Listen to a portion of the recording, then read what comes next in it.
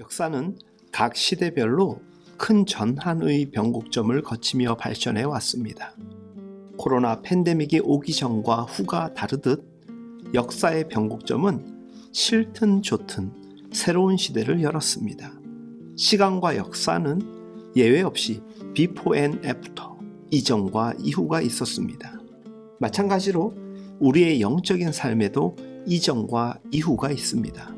18세기 정치적, 도덕적으로 뿐만 아니라 심지어 종교적으로도 타락한 영국을 구원한 사람이 바로 요한 웨슬리입니다.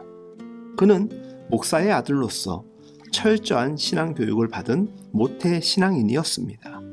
옥스퍼드에서 신학을 공부한 지성인이었고 그의 규칙적인 생활은 매우 유명합니다.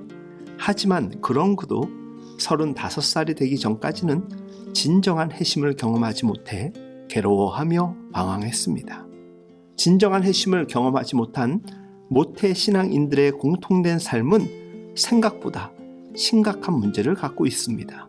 자신 스스로도 가식적인 신앙생활을 하고 있다는 것을 잘 알기에 자신 안의 영적인 변화를 갈구합니다.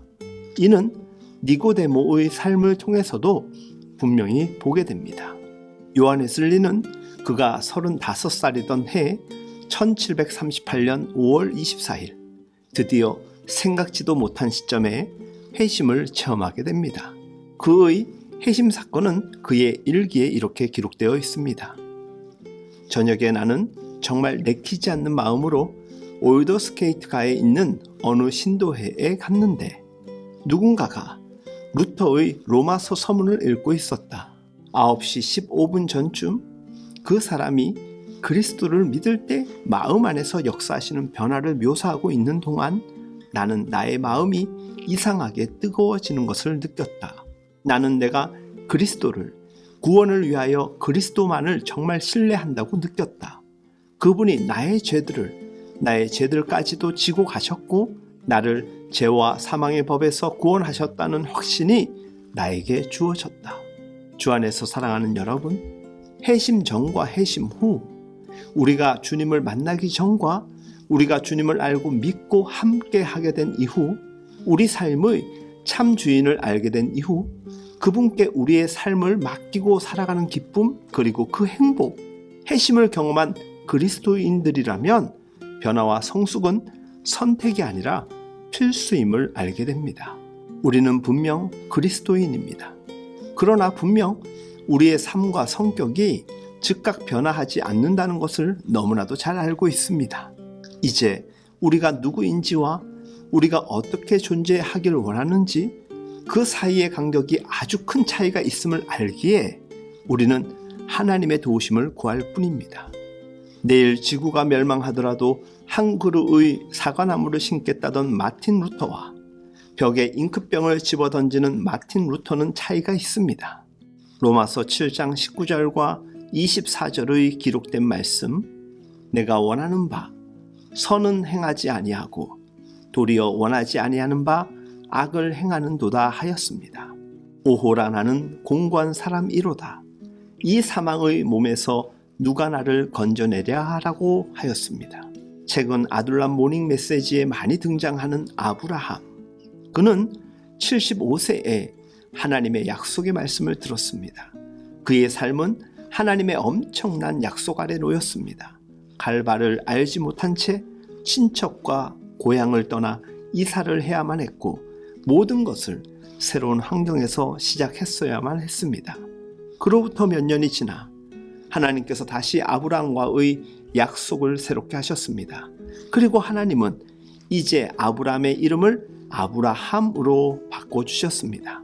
자녀가 없는 아브라함을 모든 열국의 아버지가 되게 하셨고 사레 또한 여러 민족의 어머니가 되게 하셨습니다. 이후로는 더 이상 아브람, 사레가 아니라 지금까지 그들은 아브라함과 사라입니다.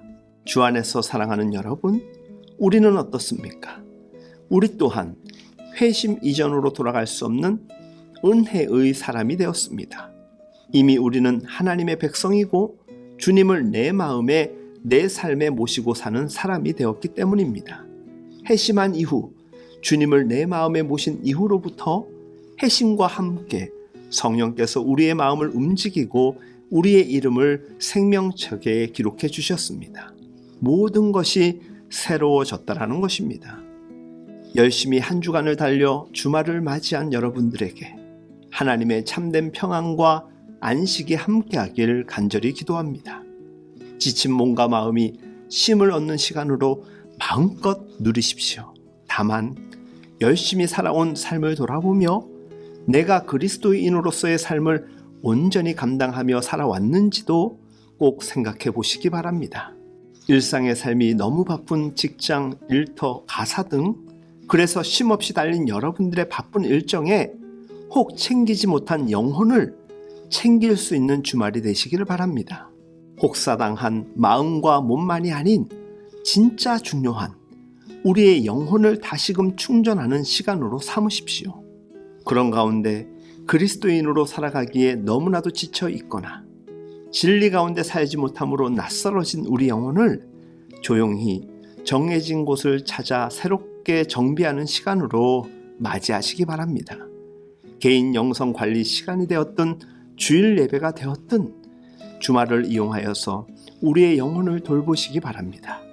인생의 큰 전환점이자 변곡점이었던 그리스도를 믿음으로 영접하던 그날이 분명 우리에게 있었지만 현실은 여전히 작고 작은 그리스도 영접의 이전과 이후를 넘나들며 인생의 질풍노도의 시기 가운데 삶을 이어가고 있을 것입니다.